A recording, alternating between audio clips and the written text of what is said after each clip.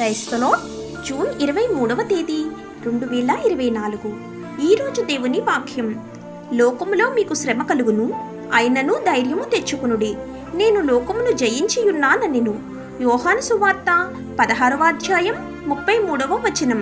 ఆయన ఆత్మ మనలో నివసిస్తుంది కాబట్టి ఈరోజు మన జీవితంలో ఏం జరుగుతున్నా, మనం ఎలాంటి పరిస్థితులను ఎదుర్కొంటున్నా, ప్రస్తుతం మనల్ని చుట్టుముట్టిన ఎలాంటి పరీక్షలైనా కష్టాలైనా సరే తలదించుకుని నడవకండి.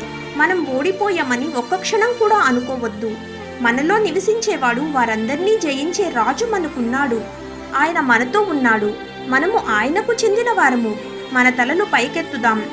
ఆయనే మన సహాయం మరియు బలం. ఆయనే మన ఆనందం మరియు శాంతి. మన కన్నులెత్తి ఆయన వైపు చూద్దాం.